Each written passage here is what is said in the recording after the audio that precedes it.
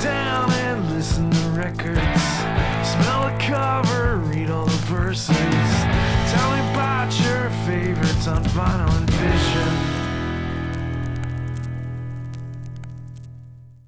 Hey folks, thanks for tuning into the latest episode of Vinyl and Vision. Here we are with episode 139. Today's very special guest is Nick Sadler. Nick is an incredibly talented musician, guitarist. He's played in a number of bands, most notably Daughters, Fang Island, Way Out, Mythless, and probably a few more that I am overlooking at this moment. But it was a great honor to have Nick on the show today. We have been planning this conversation for a few years, really.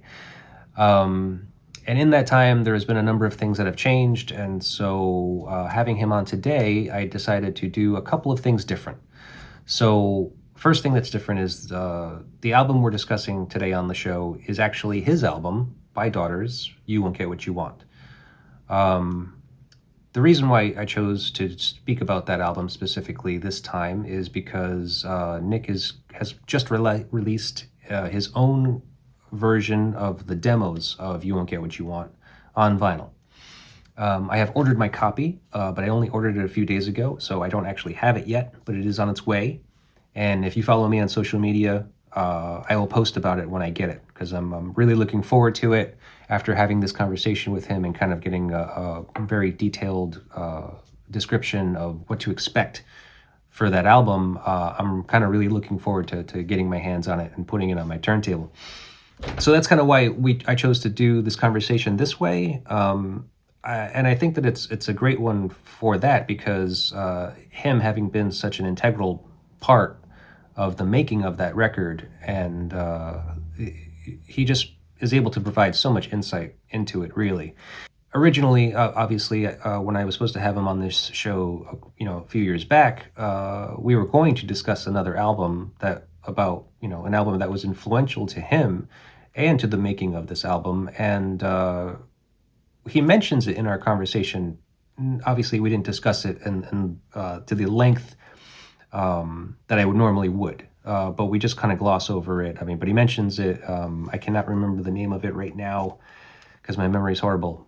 But it's in there. So stay tuned and listen up for that. And the other thing I'm doing differently is that our conversation was so long.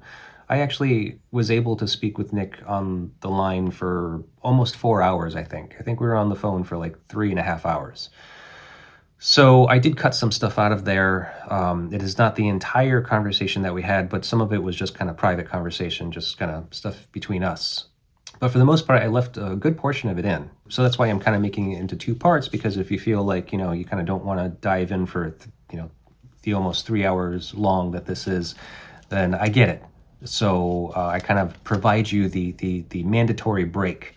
And if you care to, power through it and get through all of both parts, by all means do it. That's fine. And if you want to give yourself that break and kind of come back to it later, also totally fine. So on the first part of the show, it starts off with just me and him catching up quite a bit, like for about 20 minutes, something like that.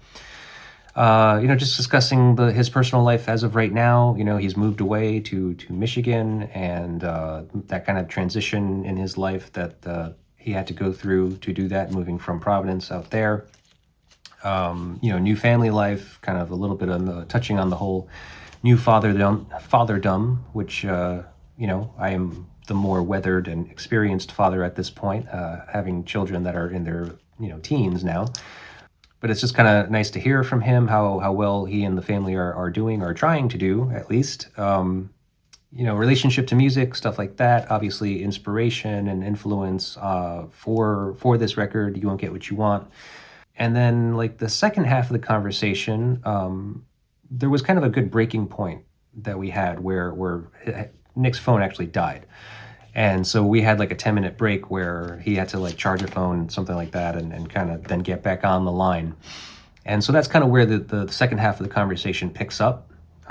Essentially, that second half is more candid and discusses more about the demos album, and it also does a little bit of a track-by-track discussing You Won't Get You Want, the studio album.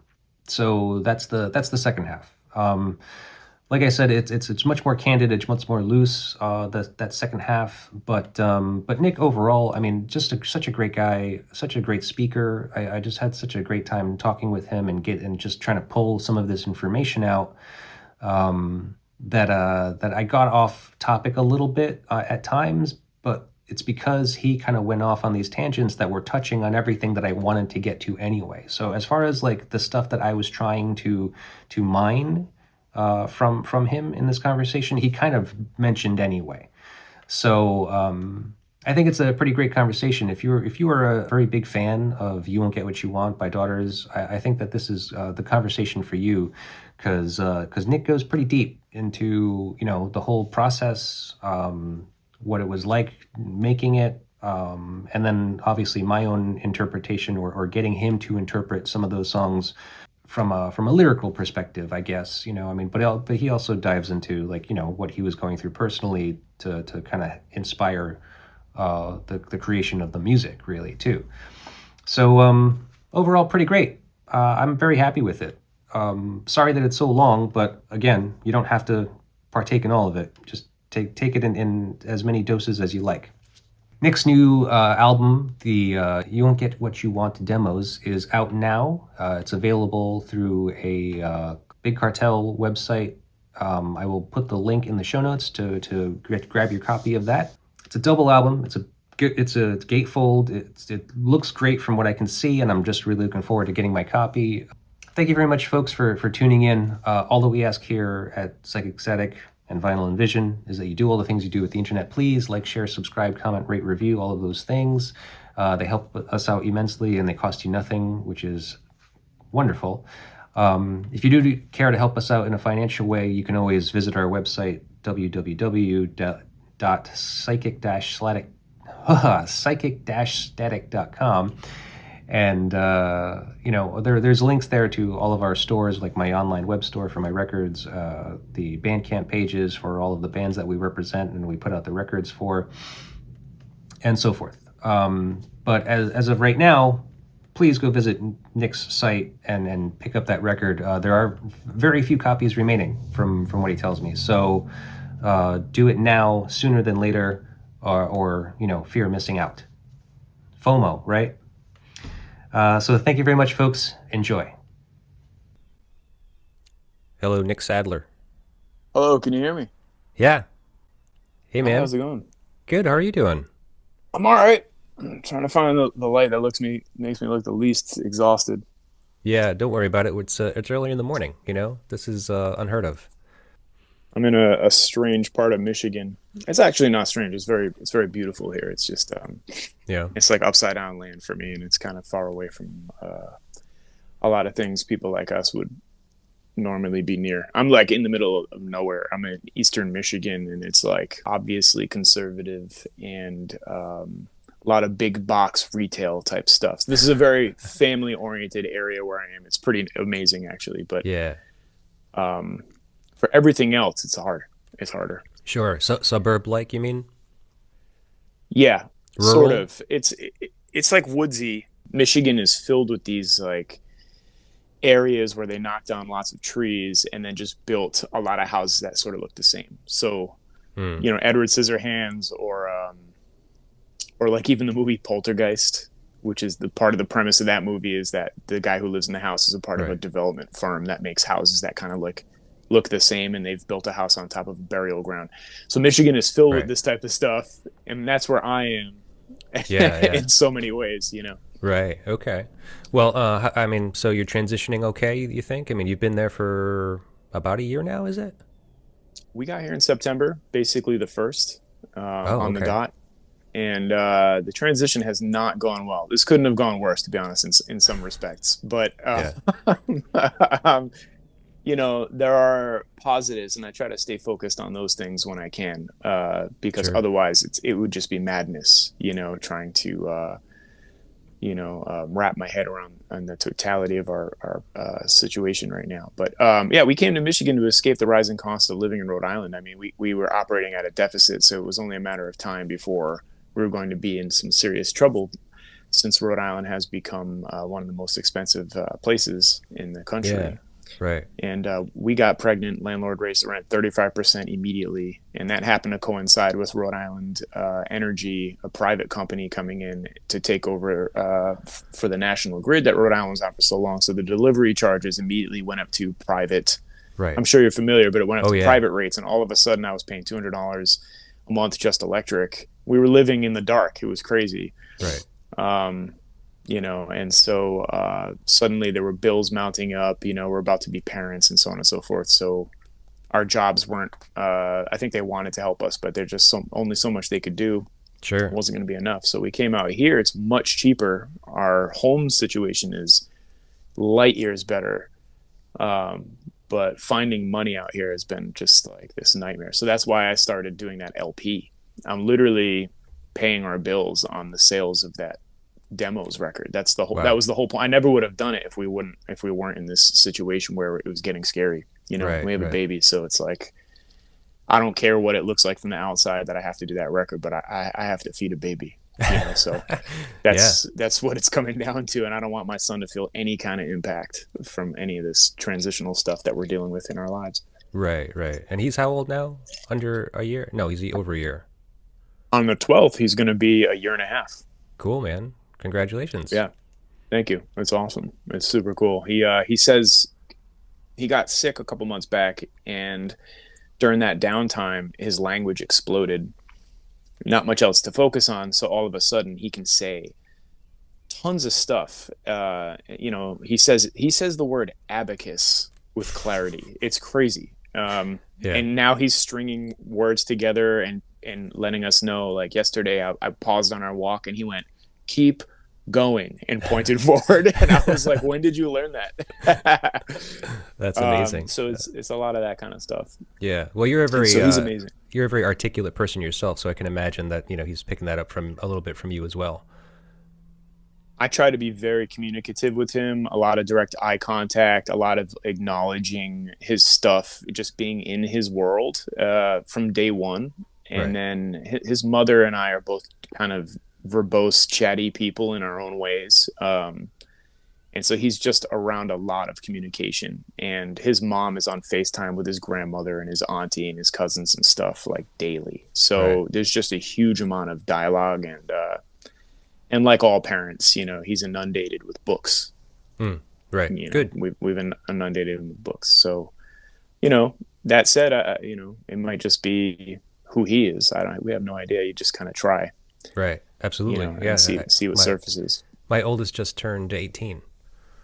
Wow. Yeah. So that's it's the whole different spectrum of that, but it's still, challenging every day. I mean, every day there's something where you're like kind of still learning, still figuring things out to a degree, But thankfully, my son is also on the autism spectrum, so thankfully he's actually fully verbal.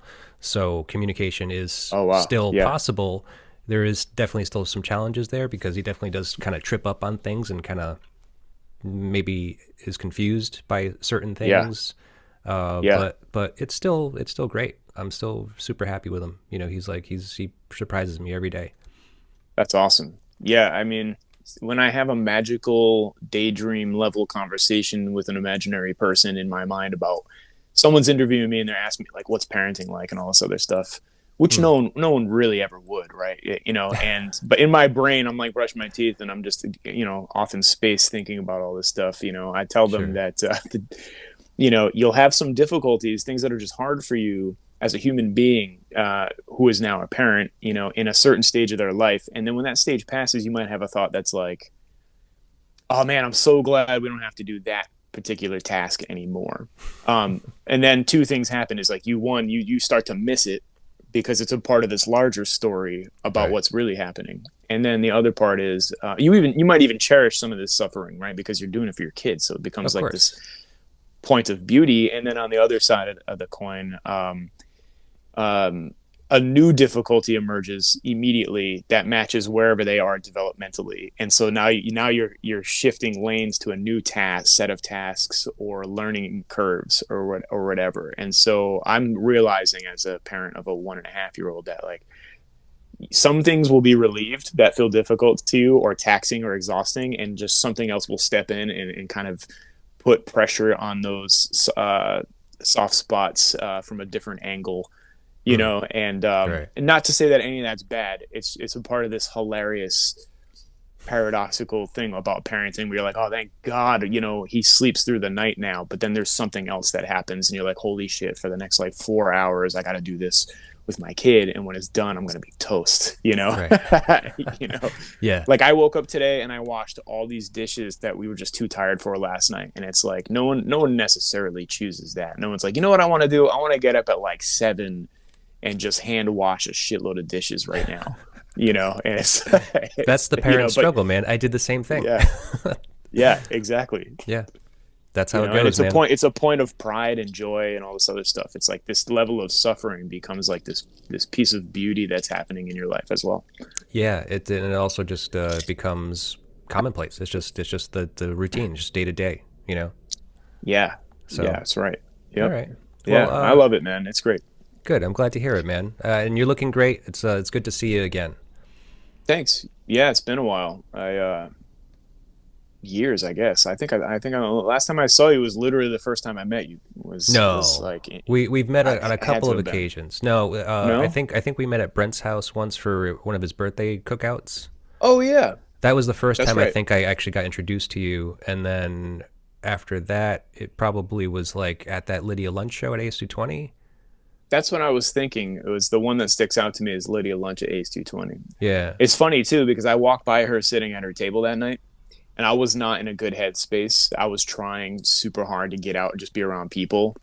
But it was difficult for me to do anything like that, including people I've known for like 20 years, you know, like Eric Paul or something, you know. Yeah. It's like that's somebody I've known forever, like my entire adult life. Anyway, I walked by Lydia's table, and she did like this kind of like double take. And I assumed it was because of my appearance or something. A lot of people were surprised to see that my appearance had changed so dramatically. But she handed me a flyer. And then like a couple of years later, I ended up on her podcast. And I forgot to ask her about that. But I was told years ago that she was like aware of our band and used to want to work with our vocalist. And it was kind of like this known thing in the pipeline. Sometimes musicians kind of have this like, you know, we know about each other. We would like to work about it with each other, you know, kind of like, yeah, of course. Do you have a crush on me? Passing the note in the pipeline. And then, you know, hey, my friend likes you, like kind of thing. Right. Yeah, absolutely. But I don't know if that was ever real. It didn't come to fruition, but I did her podcast and that was pretty interesting. Yeah. I've heard some things about her as far as like, you know, how challenging that can be. Kind of like, I actually met her that night too. And like, I was just scared. I was just so intimidated. I was so intimidated. Like she just like saw right through me. Like she literally, like I could literally feel her burn her eyes like right through me. And like, I just didn't even know what to say. I was just like, hi, it's nice to meet you. Like, then that was pretty much the extent of it. So yeah, even if she couldn't, and you were in her mind, from her perspective, if you were totally opaque psychologically as a person, yeah.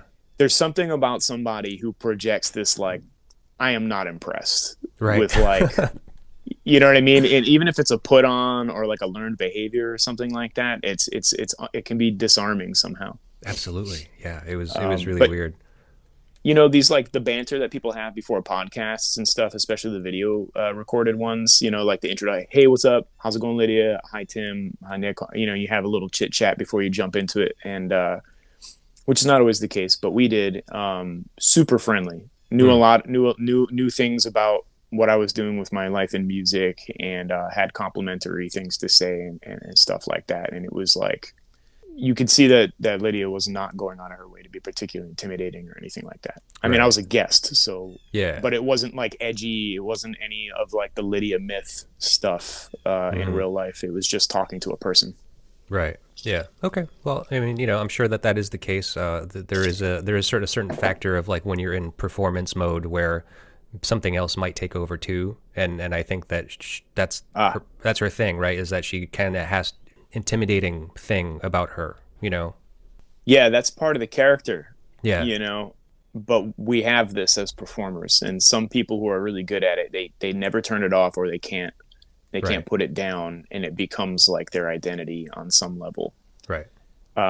I think about that stuff a lot because I don't really care about music anymore. But and I feel like I was in this like spell, this like identity spell, you know, because you can just buy the outfit and put it on, put it in your Instagram bio, what your identity is, and everyone's like, done, good, and then they just roll with that as the truth. It's a strange concept, and we're doing it all the damn time. Right. Yeah. You know, it's purchasable. It's something that you can buy, and you know, a lot of things that used to be costly when you and I were kids are just free. And what does that say about their value? You know what I mean? Right. I used to have to go to these shows and buy these records and I had to buy countless dog shit records trying to figure out what the good ones were, you know, and now it's like, I got to deal with some like 16-year-old who can Google the entire history of everything I lived through and tell me everything about it, you know, in an instant. This person can become like a master of this shit right away. So it just, Right. it becomes like this watery thing. And on an existential level, you begin to wonder, what the hell have I been doing with this information all my life, thinking it had more value than it really does. Right, right. Well, I mean, things are different on an informational basis these days. You know, I mean, like everyone's inundated with so much stuff now. Whereas, you know, when we were growing up, it was like, yeah, you did have to kind of just like take a shot and buy and spend the money, buy something and see if it was worth it or not. And that kind of sucked. But I mean, you know, it also made you kind of more frugal, kind of made you think twice about what you were going to invest your time into, you know? I'll tell you what, my first apartment cost me $125 a month back in the cheap days of Providence, Rhode Island. And I had so many bad records from this experience of just like, you know, that I was selling my CDs at the local record store, and just paying my rent on like used CD stuff. Wow. And that didn't last a huge amount of time, but it, you know, I got some mileage out of that. And it was because of like, you know, who knows how many death metal records, and that's the worst genre to be guessing about because it's so samey in many instances. There's not a lot of like groundbreaking things happening at all times in death metal. There's more generic shit in that world than there are like people who are trying to like push forward. Sure. So if you're buying it based on the artwork or the name, that's the worst. And you're going to end up with like 200 fucking CDs that when you sell them back, they're worth like 80% less. Right. You know? Of course. Yeah. But if it's like the year 2000, you can pay your rent on that for several months. Yeah. That seems like one of those genres where a lot of that material, that physical media, whether it be CD or vinyl, actually has like a kind of high resale value, like now specifically.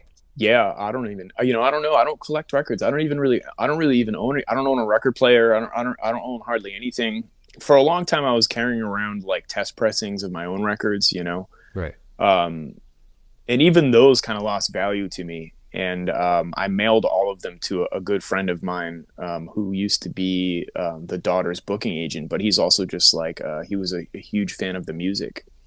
And one day I figured out that this dude had like all these variants of our records they had been collecting for years since around the time we met. And so I just mailed this dude all my test pressings. So I don't quite understand this thing where like people are buying records that are expensive, because I've never had any fucking money. So just to even entertain, like I would love to have all these horror movie soundtracks that are on vinyl. Sure.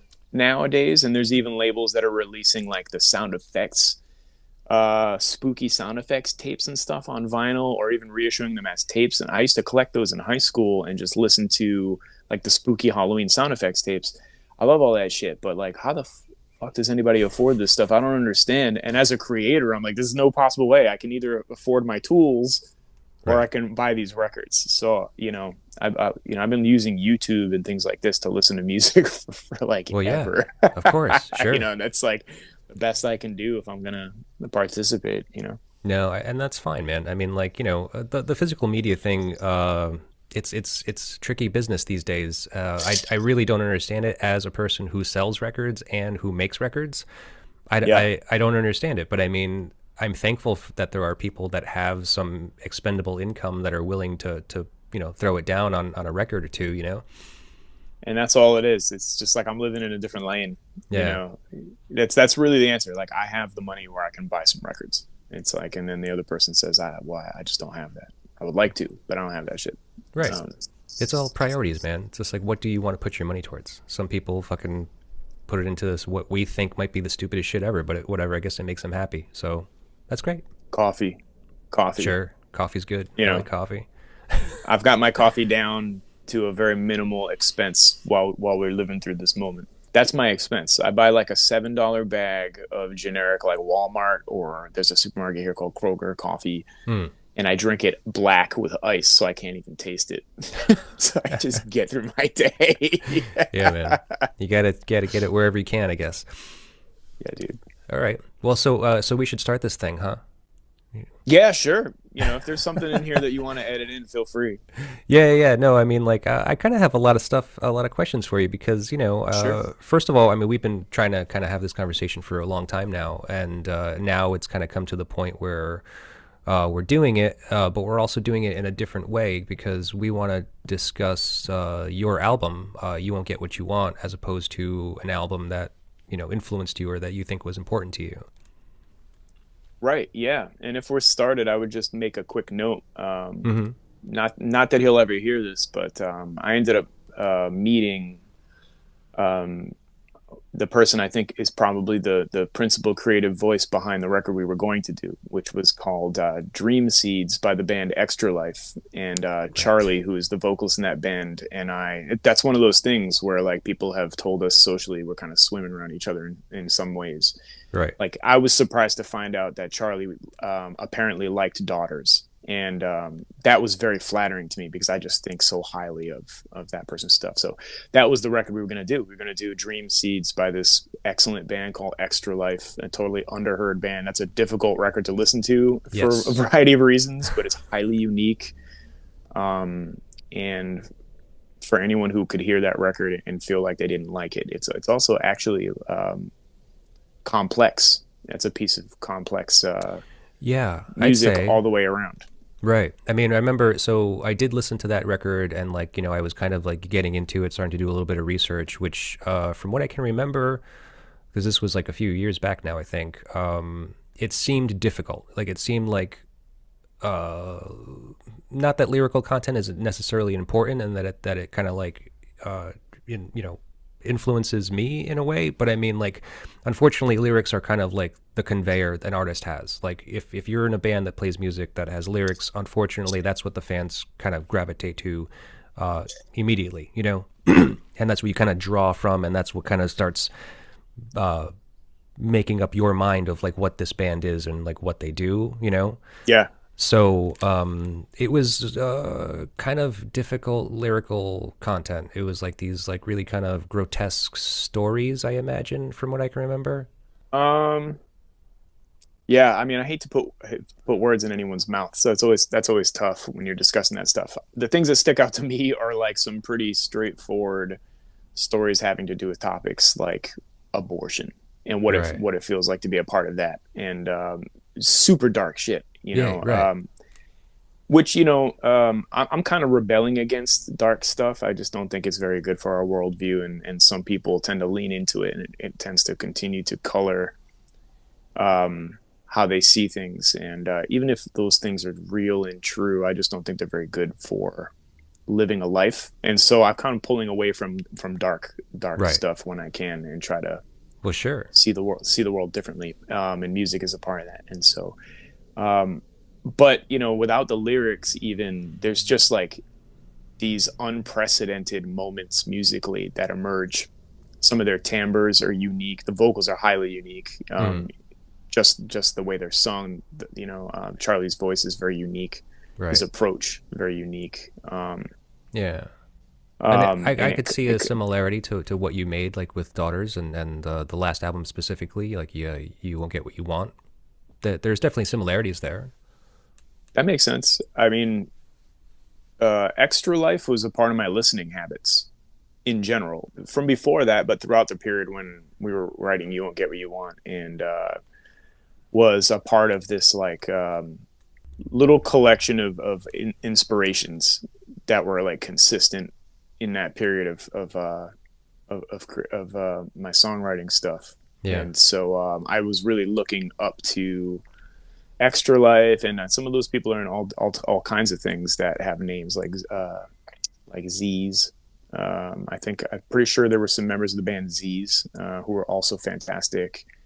I saw a video recently. I think they have, I believe his name is Toby from the band KO Dot might be in that in Extra Life now. They did a record or two in recent years. They like quote unquote came back with new material, and it's good. Anyway, so they were all a part of that. So if it entered into You Won't Get What You Want on some level, that would just make sense because it was one of the few things that I would be okay with making an appearance or having an influence in some way. Sure. Out of the many things that I'm listening to, you know. Right. Well, I mean, like White Zombie. I love White Zombie, but I don't necessarily want to hear it in my own stuff. No, right. You know? I mean, but some things leak in, you know, kind of subconsciously, you know, like you kind of can't help it, and like you're not thinking about it, but it just is there, right? So because it's part of your DNA. I mean, like I don't even know like if you've ever like practiced covering music, like actually just kind of like as just a form of practice, like learn how to play other people's songs, and then that kind of maybe colors the way you start to write your own music. Not a ton, you know, believe it or not. I was not usually interested in stuff like that. It wasn't like a focal point in any way. I've done that type of work though, because you know, like the first band I could join was a Smashing Pumpkins cover band that this one kid with a guitar in my town, Central Falls, Rhode Island, he was obsessed with Smashing Pumpkins. I love the Smashing Pumpkins, but I wasn't obsessed at that time at all. I just wanted to play in a band. So I joined his like Smashing Pumpkins cover band, and I was probably like 14 or something, 13 maybe. Yeah. Okay. And then later, when I was down on my luck, I ended up being a paid sound engineer at this like small technologically driven church. I was a secular member doing sound for a church that had like a big live band and all this media. And when I put in my notice to leave eventually, they convinced me to go play in the band as a secular member. So for a while I was on stage at Sunday church services playing these like contemporary like church music. Sure. Wow. And getting paid for it. And that was a strange experience. It wasn't strange. I don't want to say that because I don't think anybody necessarily was doing anything strange there. I met a lot of great people. Right. But other people were doing things like prostrating themselves before me on this, you know, on their knees in front of the stage. And kind of like, I saw people kind of having these like soft speaking in tongues kind of moments while I was up there. Oh, okay. But I would say, to your point, you're right, because the few things that I've had to do learning other people's material, of course, expands my understanding of music in general. Like, you know, I'm a paid member of this guy, Greg Pachato's backing band. I have to learn his sort of like dark alt rock type material. Right.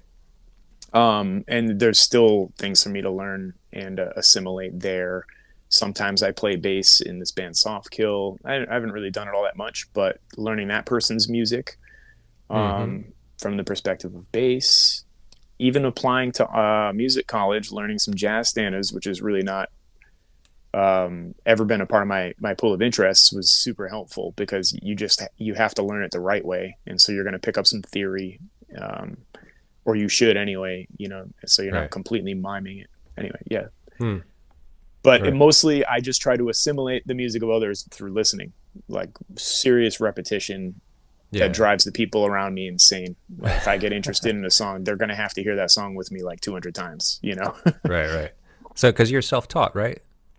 Yeah. I don't really know much. I have some theory under my belt. But it's really basic. You know, I did like two semesters of community college, and then Gary Potter, who plays in the Daughters live band for a long time now, he's a true professional musician and an astounding guitar player, but he knows basically everything about theory. So he's probably the principal source of like any theory I have is probably Gary, and certainly techniques in guitar playing that made me a better guitar player, which led to being able to do stuff like You Won't Get What You Want.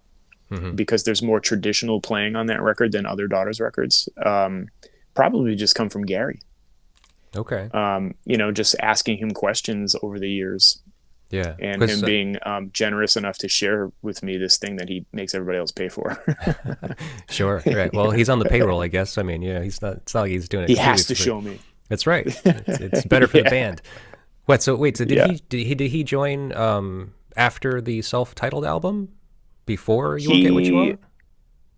he joined up as a live member only. Okay. We Right. lost Brent Frattini, who was a member of the band for years and did Hell Songs with us, our second record. Yeah. Brent went on to do other stuff, but he was in this band, The Cancer Conspiracy. He's in the band There. There. Yeah. There. Not there. Oh, there. right. There. There is not a there band. Right. It's Yeah. just there. I was thinking about, actually, I was getting it confused with the burger spot. It's there in Providence. Anyway, okay. and you know, so he's a great dude. We're still friends and all that stuff. And technically, Gary would have been Brent's replacement, but we realized when Brent left that we didn't want to add any members necessarily. We didn't want to add anybody to the creative situation. We wanted to see if we could just do all that stuff as a four piece. And actually, it was funny because after Brent left, you know, people started to lose interest slowly Okay. in Yeah. the band, and it kind of just fell into my lap that I was becoming like the principal songwriter because I was the only one who was still actively thinking about it and coming up with material. And then eventually the material turns into kind of a cohesive vision, and then I Right. have an idea for how it should be produced and all this other stuff. And then when all is said and done, it's like, okay, now you're the guy doing all the stuff. Right. So when Brent leaves, that's kind of marks the point of like, it's far less collaborative from that point on. Okay. And then Gary joins as a live member. Well, I would like Gary to be in the band as like a writing member on some level because he deserves it. But we're not really an active band, and for a Right. lot of that time, we also weren't an active band. So Right. the opportunity to have Gary in on a more on a deeper level, it just never really presented itself. Yeah, right. That man, you've said so many things that I kind of want to touch on. Sure. So you were saying Brent left after Hell Songs, so prior to the self-titled album. The self-titled album, there was such a long gap between the release of that and then You Won't Get What You Want. So I mean, when you were saying that it was becoming less collaborative, you were kind of holding up the reins of like kind of driving the thing and kind of creating the music by yourself ultimately, right? Or Yeah. Well, so with the self-titled, we were still in this habit of trying to flesh things out, at least with our drummer John and I. right. So during self-titled, we would get together. I want to say, I mean, it wasn't consistent, but like we would probably say something like once a week. But even that was like, hey, I got plans or I got stuff to do, and so we were not being super consistent about it. Right. But I have had a very narrow obsession with music and art and how I felt about myself in those contexts. And even when Daughters is not doing anything, even now I'm constantly thinking of things that I wish I could do for Daughters. Like there's something about this particular entity that is like this.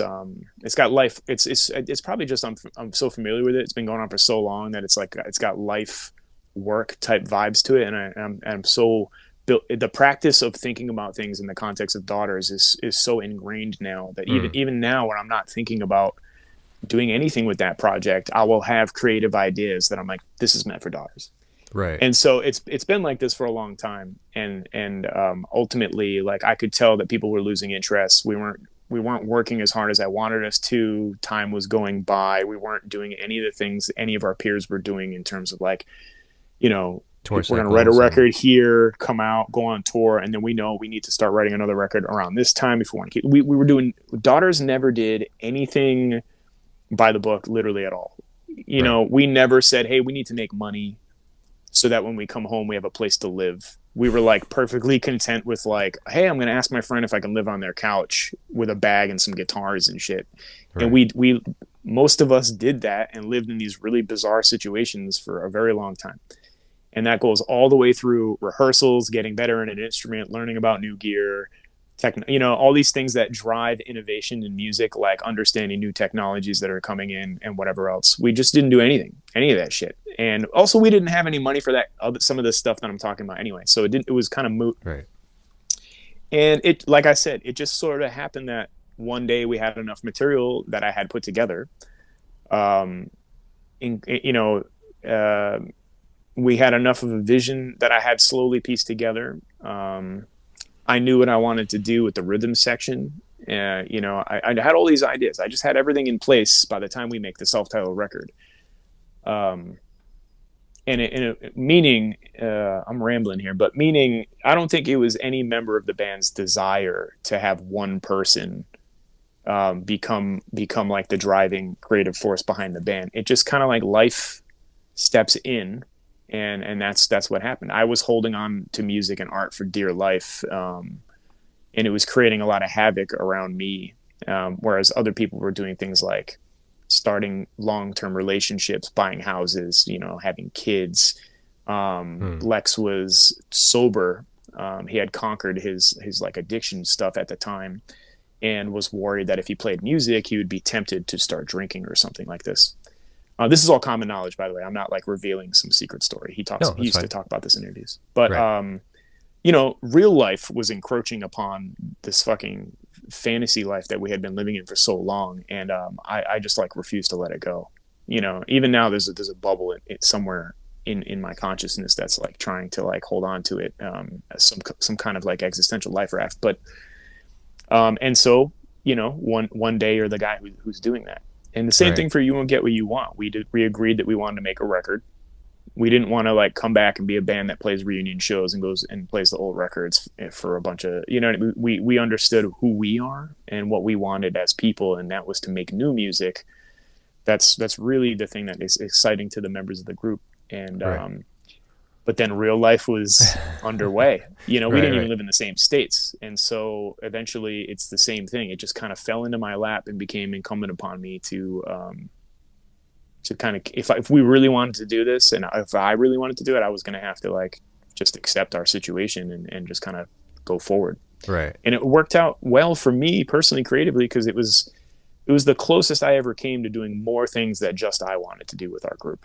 If You Won't Get What You Want. Rather than having everything be tempered by a consensus. Right. Yeah. The democracy kind of makes it difficult to kind of get ideas across.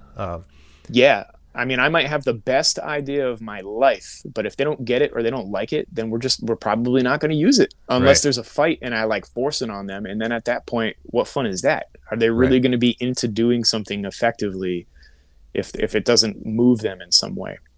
Right. A professional would say yes. A professional would say yes. You would just be like, I'm an entertainer on some level, and this is what it means to be a professional entertainer and a performer. But that is just not who we are. Right. So, I hear you.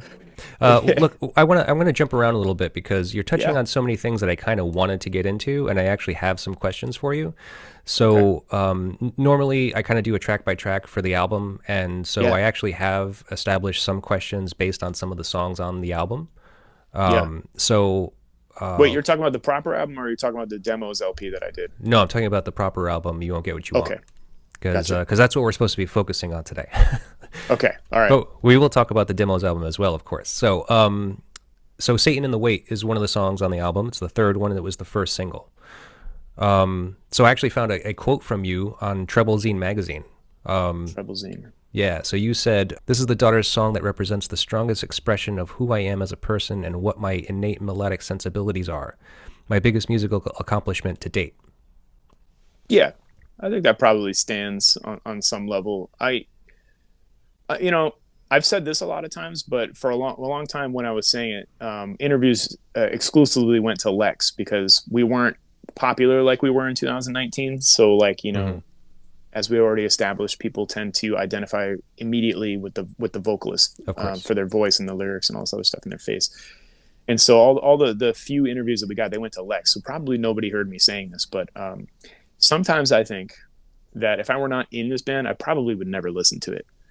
You know what I mean? And I got a little stoned the other night. I take weed gummies to go to sleep because I have diagnosed insomnia and I have some sleep issues, and I'm constantly in this fight to sleep. So I took some weed gummies and then I looked at my phone, which is the worst possible thing you could do if you're Oh a little yeah. stoned. But somebody tagged me in a video of a dude doing a reaction to an old Daughter song. And whatever clip he had, I had heard it from a different perspective for the first time. It was like a different entry point, and it made me recognize something about the vocal performance that I never noticed before, and I was really appreciative of. Okay. And I was like, wow, that's a lot better than I used to think it was. Wow, that's pretty cool. So I was like, you know what? Let me go listen to that now, and like try to have an appreciation for it. And then I put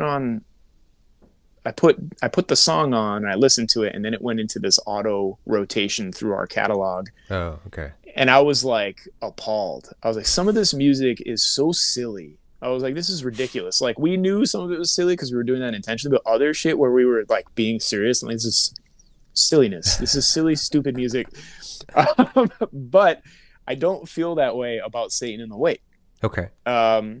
Satan in the Wait still feels like an accomplishment to me because I've struggled throughout my life with minimalism. And so it became a goal on that record and the previous record to try to find some way to be myself in music, but to set a goal to reach a state of effective minimalism while still sounding like Daughters.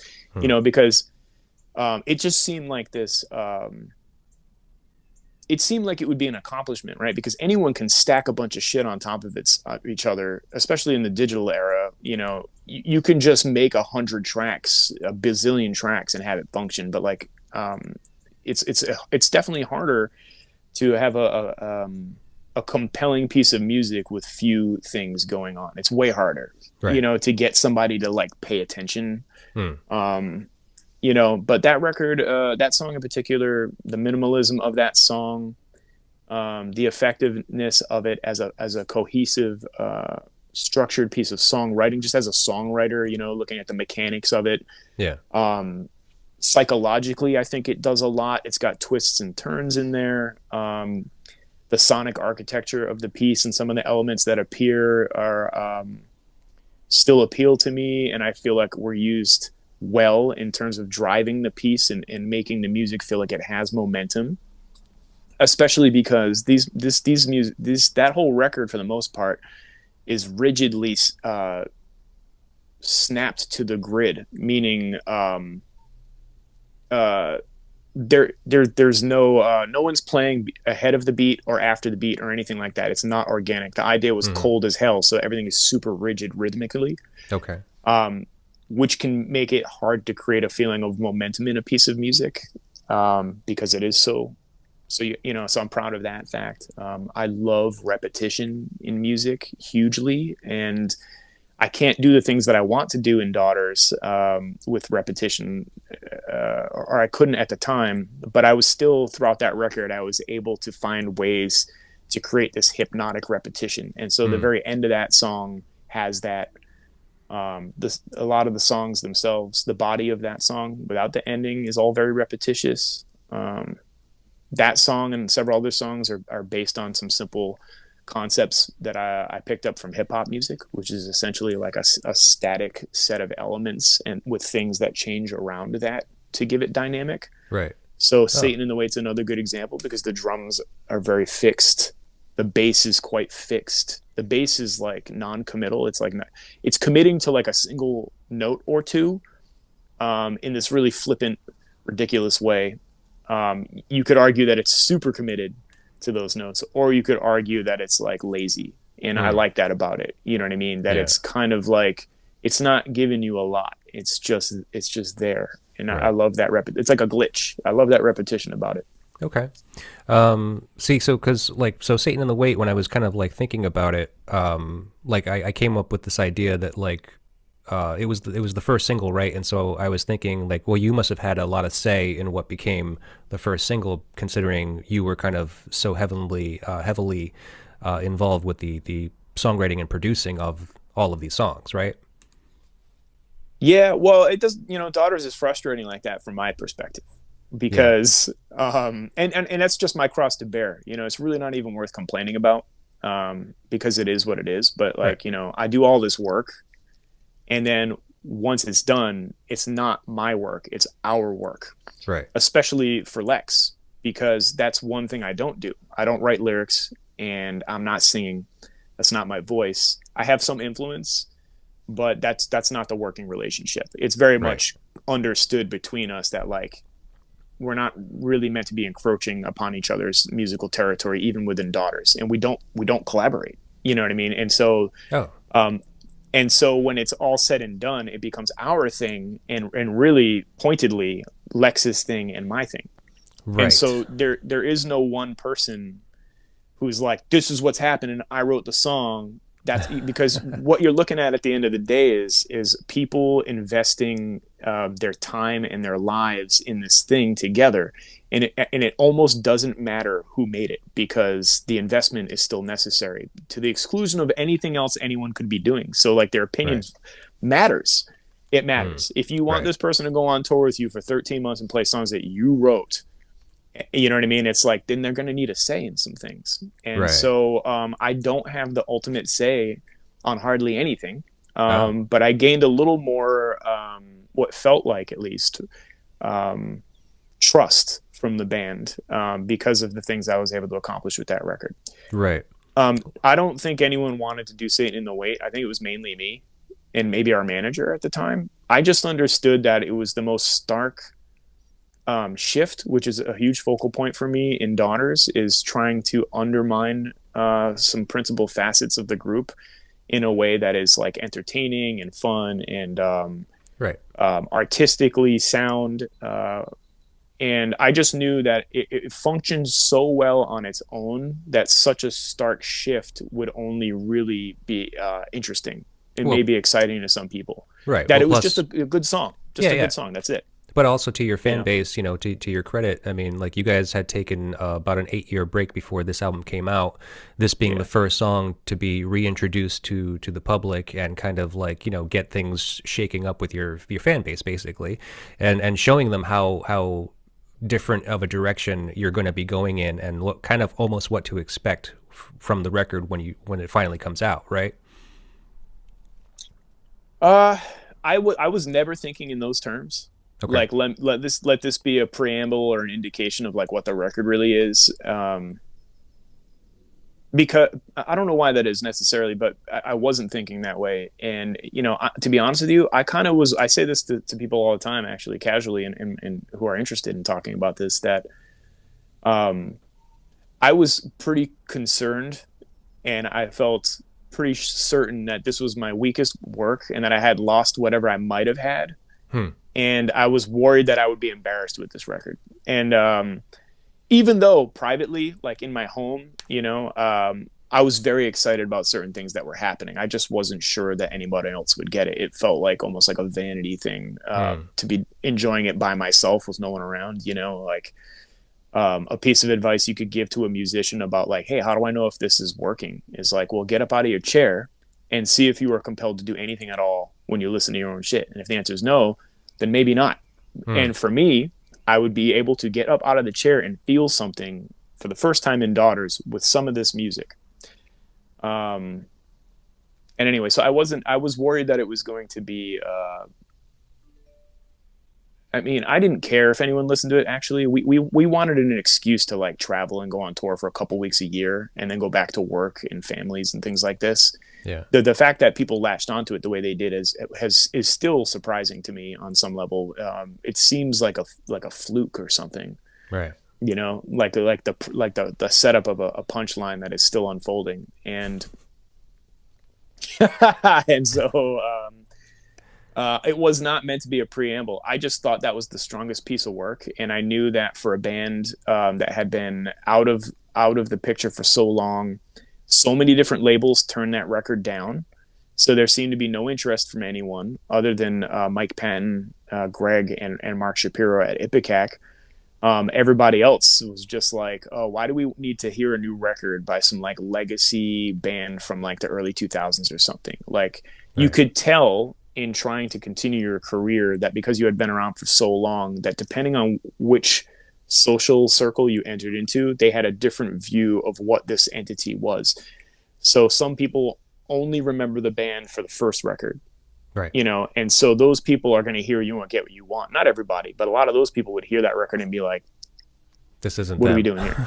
Yeah, what are we Right. doing here? And so if you try to get a record label that thinks that way, oh, this is the band who did Hell Songs, like I don't even care. You know what I mean? And so I just knew that we needed to make a new record. It needed to be groundbreaking within the context of our own group, not in the bigger picture of music in the world. I just knew that for us, it needed to be fresh and new and creative and groundbreaking on some level. And so I wanted to lead with a surprising entry.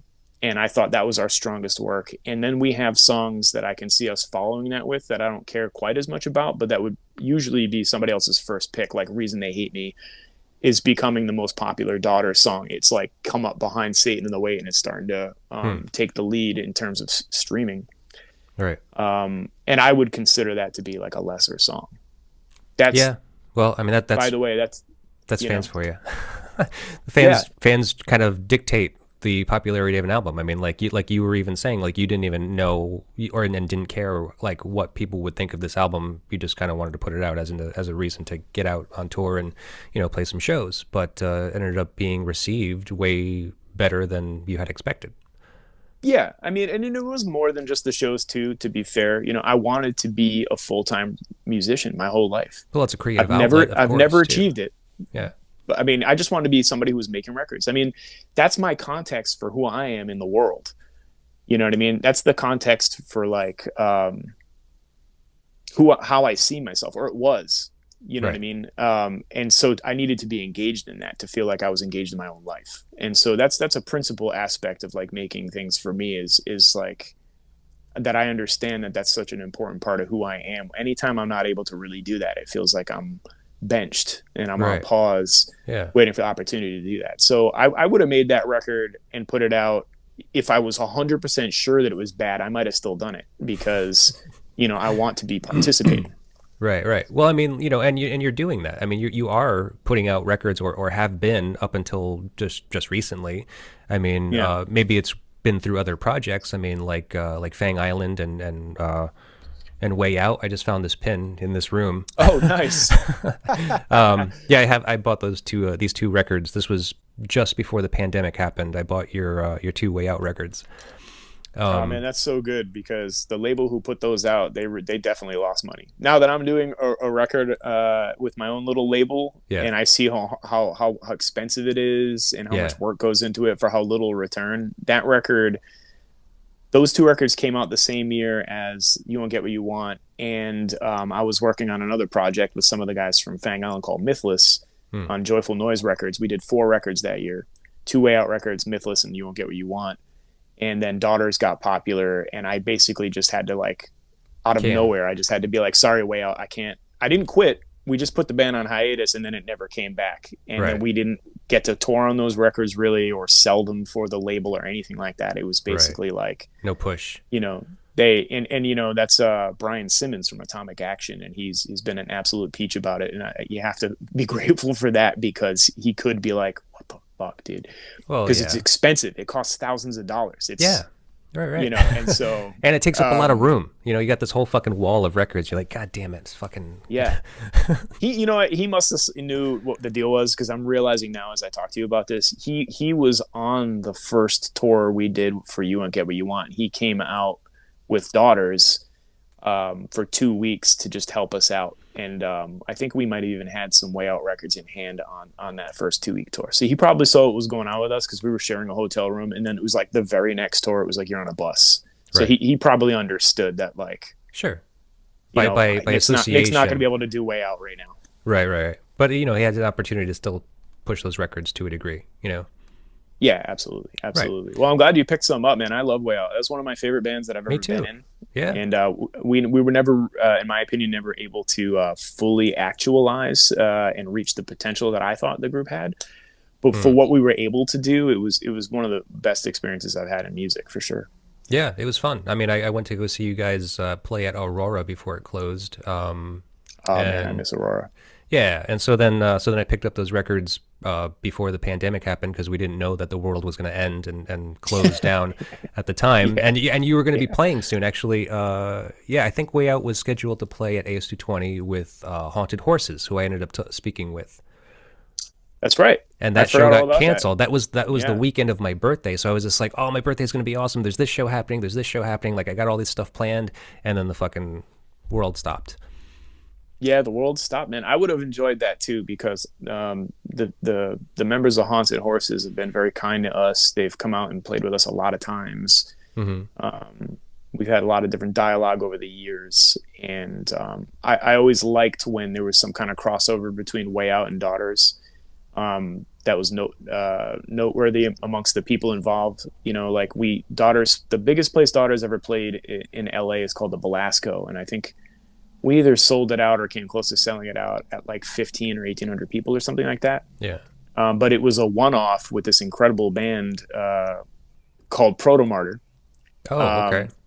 they opened for us. It was just like a one-off. They filled in a slot, and I was super proud of that because I think that band is so excellent, and I was really excited to share a stage with them. That's like the coolest part of like when your band gets popular enough where you're the headliner and you Yeah. now have an influence on like who comes with you and plays with you and stuff. It's like you get to like choose these people that were like really important to you to come out and play their music. And it's super cool and flattering and fun to meet them. And I talked to them at that show about how Way Out opened for Proto Martyr at AS220 years before that, and they remembered it. Oh, cool. And that was a pretty cool show. If I'm not mistaken, it might have been Proto Martyr and Black Marble, or maybe those were two separate shows. But anyway, they remembered Way Out, and I thought that was so cool. And I was looking forward to the similar thing with Haunted Horses, where like, okay, now my other band will go open for Haunted Horses, and I know these guys, and Right. that's fun. And Yeah. now they have this dude Brian McClellan in the band for the last several years, and we knew Brian for years from his other bands and stuff, and he's a sweet person as well. Right. Cool, man. Cool band. Did I even answer your question? I'm like tired, and I've had a lot of coffee and no Yeah, yeah. food. Okay. No, me too. Don't worry about it. It's totally fine.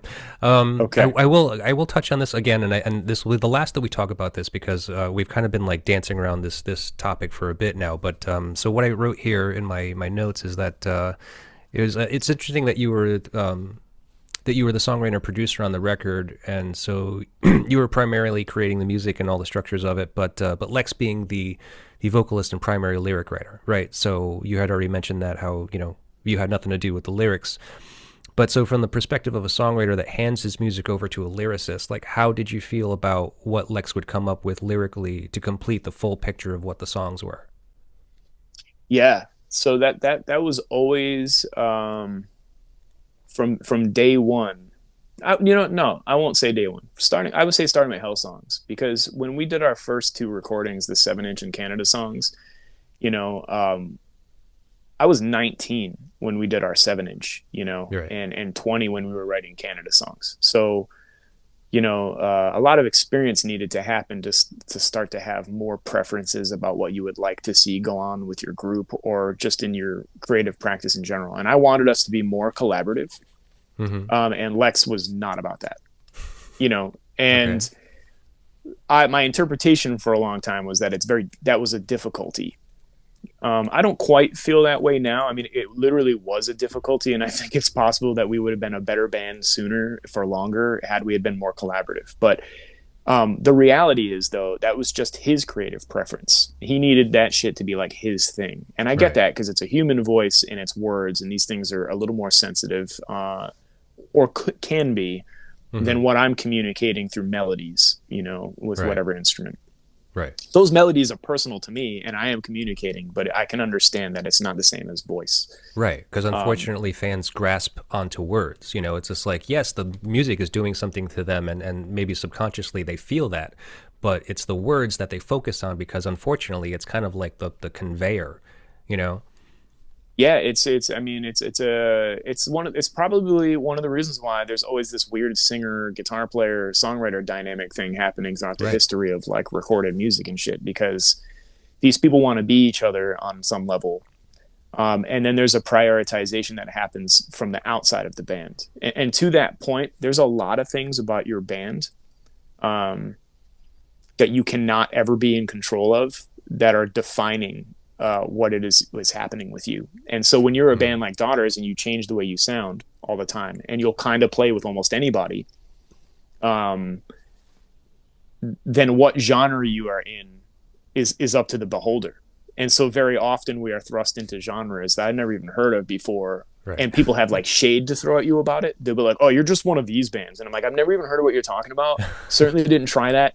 Never met or played with any of those bands. When I Google what that is, you know, Right. you don't have control over that shit. You don't have control over a whole bunch of stuff about your band, you know? So if Right. anything's working, there's like this huge element that is like, I don't know, providence. I don't know what it would be, but it's like the fact that you found each other at all and you're making anything effective that anyone likes. There's already like 1,000 miracles that needed to line up perfectly for even the beginning to happen. Right. Well, so Anyway. I mean, going back to lyrics and like what Lex was kind of like adding to Yeah. these songs, right? Because you must have had your own kind of idea, like coming up with the music and the melodies, like what this song means to you, and then you give it to him, and then Yep. he has to kind of add the lyrical context to it, which now kind of paints it as a different picture, right? Yeah, well, you know, yes and no, yes and no. Largely, yes, it'll paint it as a different picture because I don't know what the hell he's going to do, and he doesn't tell me, and we don't talk about it. Right. And we'll get to the studio, and that's when we find out what he's been planning to do. So nobody has any idea or any say over it. It's actually pretty shitty to be in a group with that happening. But Yeah. you know, I learned early on that is the way it was going to be. You know, and with Hell Songs is where I learned this. One of the many tricks that I have with dealing with something like that is that with Hell Songs, I would send Lex these demo recordings that I knew were not fully complete. This is 100% my fault. I would say 95% my fault. And I know that because now it's been many years, and I've been doing this same thing with different musicians and artists all throughout my life, and to the same result, which is they don't see the vision that I see because I'm not handing them the completed product. I have this weird habit of handing somebody something, and then unconsciously I'm like, I know what's going to happen with this, and they're going to get it, and then I'll hand it to them, and they're like, and I'm like, right, I need to just finish the thing and tell you what it is rather than trying to make you guess. Right. So Lex has been on the receiving end of this the whole time we've been in a band. And with Hell Songs, I would give him, I remember specifically, I gave him this piece of music, and I said, okay, this is not done. These parts, like these verses could be longer. These Right. other parts could be shorter. I want you to do whatever you want lyrically, and then we will adjust the music to Right. match and or react to what you want to do. And then he simply did not do that. And we have things on records, I won't name them, that are like incomplete songs to me with a dude singing on them because we didn't craft them together.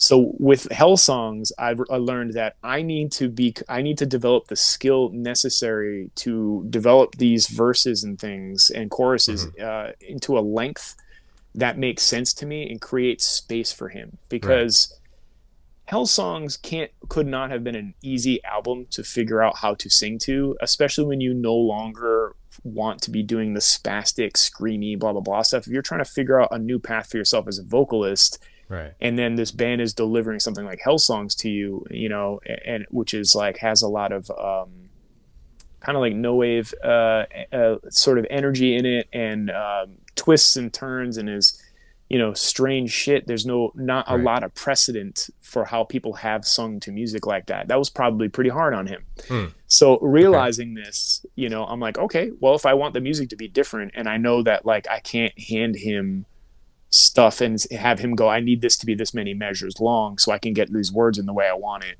and then it sounds like a natural flow in this music. Right. I would just have to imagine what that is. And then I started to develop this skill set of writing music for Daughters from the perspective of each member on the instrument. So like it became my task to learn their voice and their feel when they play their instruments so that I can create music that sounds natural when they play it, that they would want to play, and that gets some of my goals accomplished as well. So Right. when I'm writing drums for Daughters, I'm writing them from the perspective of like, you know, here are things I would like to do with drums, and here's how John plays drums. And I need to combine those, understand how he plays, and then create beats that he's going to want to play. Right. And then try to convince him that these things that are different than what he would like to play are still good, and they're just going to expand his musical rhetoric. And nobody wants anybody in their life to tell them like what to do. Tell him what to do, you know. But that was our situation. If I didn't end up in that role, we wouldn't have these records, and we wouldn't have been able to do the things we did. And luckily, the trust continued to grow, and people started to understand that I had like an idea. Right. Especially, I think of John and Sam specifically. Specifically, Sam. Sam has always been very supportive, but in terms of winning over someone's trust to be like, hey, here's what I would like you to play, that's not John's natural state to be like, yeah, tell me what to play. John wants to be creative and do interesting shit. Sure. You know, so to have somebody else who's wanting to do the same thing, but with a different set of ideas, you know, again, probably not super fun, but that's what it means to become a professional and to get better and better at doing this in your life. And John has, you know what I mean? And he's an incredible drummer. Yeah, yeah. But so, again, back to Lex and the lyrics and this album specifically, You Won't Get What You Want. Like, I mean, so when he gave back, like when you finally got the lyrics of what he was singing, I mean, did you feel like he nailed the appropriate lyrics, and like, did you find yourselves in sync? No. I worked so hard on You Won't Get What You Want. I put way more thought into that record than is probably even necessary. I don't even know if I could do it again. And my whole life was basically like my whole consciousness, all my thoughts, my actions, my jobs, everything I was doing was basically like pointed at this record in one way or another. And I could go down a list and explain like what I mean by that. But for now, since I'm rambling today, we went to the studio, put in this huge amount of effort to get the recording that I wanted and that we wanted, to get it right. And then the last bit is Lex will then come to the studio for the first time and start recording vocal takes. Way before he got there, Seth Manchester of Machines with Magnets, the person who engineers a lot of our records, and probably John actually, but definitely Seth, and maybe our old manager Simon. These people had come up with this plan without Lex and I that were like, okay, when Lex gets here, we need to get Nick to leave. Because Nick's going to have a heart attack, because when you think about it logically, there's probably nothing Lex could do that wouldn't scare the living shit out of me after I just put on all this time into a record, and now I have this X factor coming in. I don't know what it's going to be. Right. And so, you know, it would have to be an absolute miracle for this dude to walk in with me in the room, start singing, and have me being like, that's it. It was never going to happen, because it was always going to be too much of a surprise. It's like throwing me an absolute shocker no matter what. So that's what happened. I went home for like 2 days and just didn't engage while and just let Lex work and let them work together. And when I came in and listened to what they had done, Lex was no longer there, and by design. And I got to listen to what he had done for the first time, and you can see that at this point, everyone in the room is just kind of like, it's like waiting to see what my reaction is going to be. Right. And some things I was pleasantly surprised. Other things I was making mental notes that we need to like make some changes and some adjustments and stuff like this. And then there were a handful of moments that I was horrified, because unfortunately I'm sort of a perfectionist, and so people like me who are perfectionists, we're struggling with anxiety. And so we create predictability as a way of mitigating this anxiety, you know? Right. And so that doesn't stop with music, you know what I mean? So to have somebody come in and me have no clue, no demos, no discussions, have no idea what the hell's going to happen. I don't know what he's even going to name my songs. Right. Right. Yeah. Which sucks, you know, because it's like, I don't want the word Satan on my music. Not because I'm like, oh, Satan, no thanks. It's just too corny. And so, you know, when the words Satan in the Wait came out and that's the name of the song, I'm like, okay, well, I guess the best piece of music I ever fucking wrote is called Satan in the Wait. I'm like, all right, well, it is what it is. I would not have chosen that, but I'm not the only one here. This isn't the Nick show. And so, you know, there was like, I remember hearing the chorus to The Reason They Hate Me for the first time, and I was like, fucking trash the whole record. Get this shit out of here. We're fucked. It was, you know, don't tell me how to do my job. I was like, what? I was not thinking in those terms at all. But Well, he was there was his responding to argument, this. right? There was his argument to you right there. Yeah, don't tell me how to do my job. For all I Right. know, that song's about me. I have no idea. I've seen this in bands before where like vocalists are writing songs about members and just not saying anything. But Sure. maybe that song is about. I have no idea. But that would if Lex were here, he would say, of course you would think that song was written about you, right? That's guess, just kind of that's our oil and water nature, Lex and I. Right.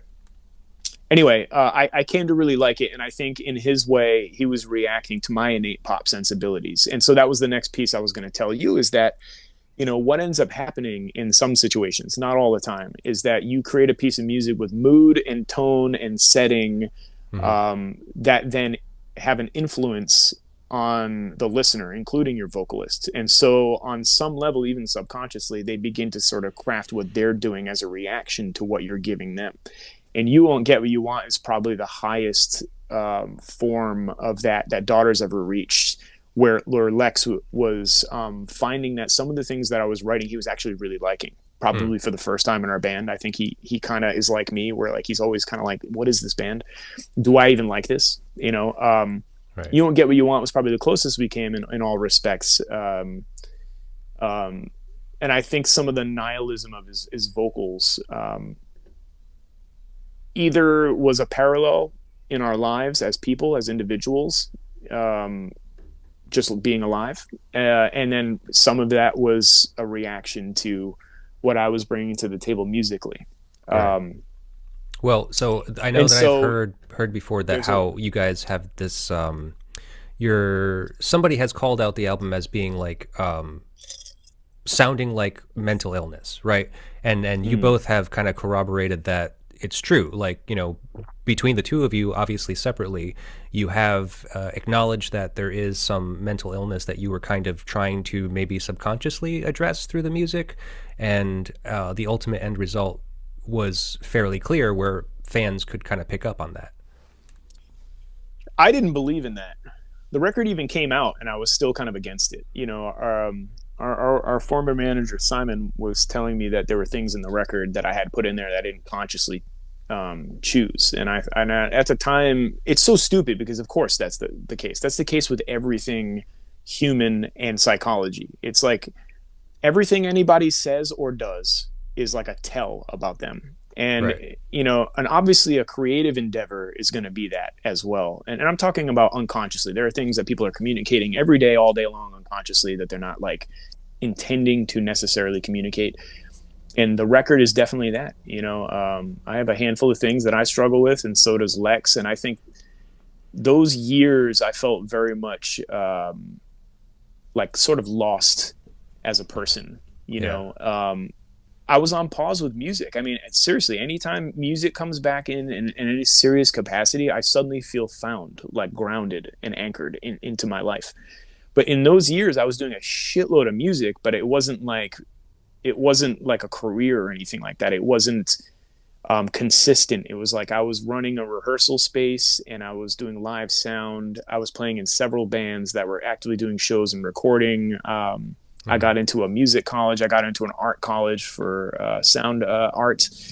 And I was just, everything was music, but it hadn't galvanized to this point where like, that's what my life was. I was still like, all right, I have to like do all these other things because I'm in a normal life and my hobby is music.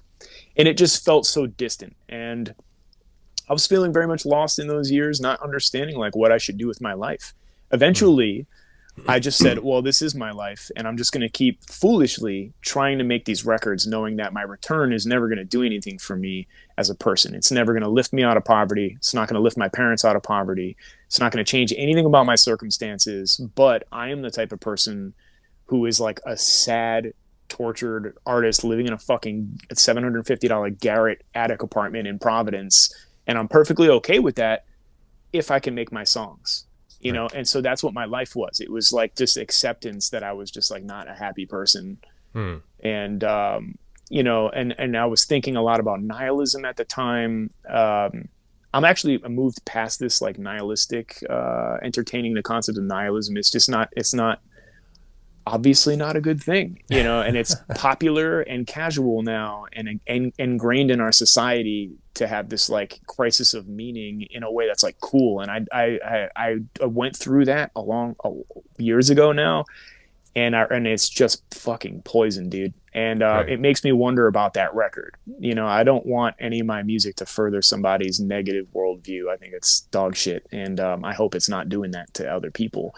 Well, To hear a yeah. record and be like, "That's how I feel," that's how it is, and let me just move forward with my life with these like series of fucking hurdles that I'm giving myself because I have a shit view of life.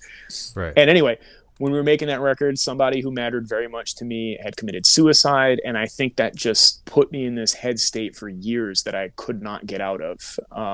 It was such a shock, came out of nowhere. I was close to this person. I had a huge amount of respect for them artistically. They really were an inspiration for me. And I actually knew this person. And I felt this person knew me. And so even though I had experienced death in my life, this person's death did something to change how I was seeing the world and stuff Right. like that. And this was before or after this record came out? This was right at the beginning of making it. Oh, okay. And so I think I just like buried it, didn't process it. And I think it came out in a several ways in You Won't Get What You Want that were unconscious. And I was listening to a lot of dark music. I always have. So that's another part of it is like when dark music somehow makes it into the mainstream, it becomes like this like mythical, not always, you know, but sometimes it becomes this like mythical thing where people wonder about it and the people who made it and stuff like that. But if you were to like take the mainstream part of it, if you were to take if you only beneath the water where the glacier is and you put us back in that context, you will meet me and like hundreds of people that I know who like dark music or strange music or creative music or adventurous music or anti-music or any of this other stuff. We all know each other and in this community. What makes it weird is that for some reason, me and my cohorts were able to pop up above the water a little bit where all these other people could see it. And now it seems like mental illness, nihilism, all these other things. And I think those are factors, but that's not the whole story. The whole story is that there's a whole world of counterculturalism and subcultural music and arts that by design never pops up. Yeah, but there's also a whole fan base of people that that relate to this music maybe because it is those things, and I don't know if that's necessarily a like a fad or a trend that people are getting into. I mean, like you said, you've liked dark music your whole life. For some reason, we relate to it, and we relate to it because we're all broken people. You know, we're all fucked up in our own ways, and like we like to hear other people admit in some way like how flawed they are, and because it kind of gives us something to latch onto and just kind of like know that we're not alone. Is that the type of thing? Yeah, and you know what? I really treasure that stuff. You know, I thought of a couple things to say to that in general. One is, you know, I never really made a record before where people had that particular reaction to it. And so I didn't have a lot of value. Let me reframe that. Let me say that again. It's not that I didn't have value, but it wasn't a huge consideration to me what any audience or any possibility of an audience might think of what we were making. You know, that too, by design. You know, the idea that like, this is our thing. We just make the thing that we want to make. And like, if you're interested, you can come participate. You can buy a record or see a show or whatever. But like, you know, the things that we want to do are the principal things. And that's built into my creative practice in general, like not waiting for permission to make your art, you know, to be creative, you know, and not waiting for somebody to help define what that is for you, to just go. And that's a lot of people are like this. And I get all this stuff from these subcultures and stuff that I literally grew up in. But then when You Won't Get What You Want came out, it struck such an emotional chord with people. I mean, to this day, I get letters and messages and shit every single day in my life. My life has almost it barely reflects what we're doing right now. You know what I mean? And so these things really stand out to me because if I don't go to like Instagram or something where people have the context of like, that's Nick from Daughters, then this shit doesn't exist. It's just like, I look out the window and Michigan has black squirrels. Where I'm from, the squirrels are brown and gray. Right. And I'm walking my son and I'm like, look at the pink tree. Isn't that cool? Oh, look, an orange dump truck. Cool. You know, that's my whole life. And then if I go on Instagram, it's like, holy shit, you changed my life. Right. You know, I don't want to, anyway. So, and these things really fucking matter to me. And it made it way harder to be a musician when you really start to care about the people who are in, because then it starts to influence your decision making, you know, and it might mean you make work that's not quite as good. But I mean, I'm telling you, when people send me these messages, I mean, I invest my time and energy into talking with these people and to thanking them. That's become, after everything that happened to us, which I don't really want to get into, that has become like one of the principal takeaways for me. It matters very much to me that people have an emotional connection to it. Yeah, I mean, maybe even more than it should. I mean, I'm like super grateful. If there's going to be anything that I could take away from my time doing that band, it's human connection, and that it did something positive, which is, despite the dark music and the aggressive performances and stuff, I'm a pretty positive person, and I'm fairly optimistic. And I would like for things to be like that. It's just that the other thing I wanted to tell you about the dark music thing is a little more on the theoretical or conceptual side for me, but I don't see it as dark anymore. And that's like a purely psychological gambit. And one of the ways I can show this is, like, I have a child, and I immediately wondered, oh no, I'm not going to be able to play all kinds of music around him because he's going to get scared. And then the more I thought about it, the more I realized he doesn't have a context for anything that's scary, because he's developing. He's got reptilian brain level processing powers right now. So unless I'm playing something super loud and scary, he's probably just going to view it as normal. And so I test that waters. I play things that are not scary and aggressive, but are probably not normal children things around him all the time. Oh, yeah. Like Giannis Xenakis, and he just accepts it as organized sound. And so that's what I wanted to say about dark music, is like to make the case that people who make this type of stuff are not necessarily dark people. You might just have an ear for atonality, because that's the color. Sure. And the movement between notes. You know, like I love a tritone because of that wavering sound in the middle. To me, that's more color, more movement, more excitement, and it's just more interesting. Yeah. You know, to listen to it, you know, the same way an imperfection is one of the better things to listen to in a piece of music, rather than perfectionism is usually pretty fucking boring in music. You want to hear the character of something's imperfections, you know, to give it something to stand. Anyways, to give you something to chew on. And so I listen to all this stuff all the time. I don't even realize it's aggressive anymore. I got people in the background telling me things like, hey, can we turn this down? I'm getting anxiety. Or, you know, I had an ex tell me that I was listening to this gabber music that I like, and she was like, yeah, for the last 20 minutes I've had like a stomach ache. Can we please just like turn it down? And I'm not listening to that about it. Right. You know, it doesn't have that effect on you. Right. Right. And that's not a special skill. That's just kind of what it means to interpret music and sounds and attach meanings to these things. If I don't tell my son that something is scary, he might not ever see it that way. Right. Yeah, of course.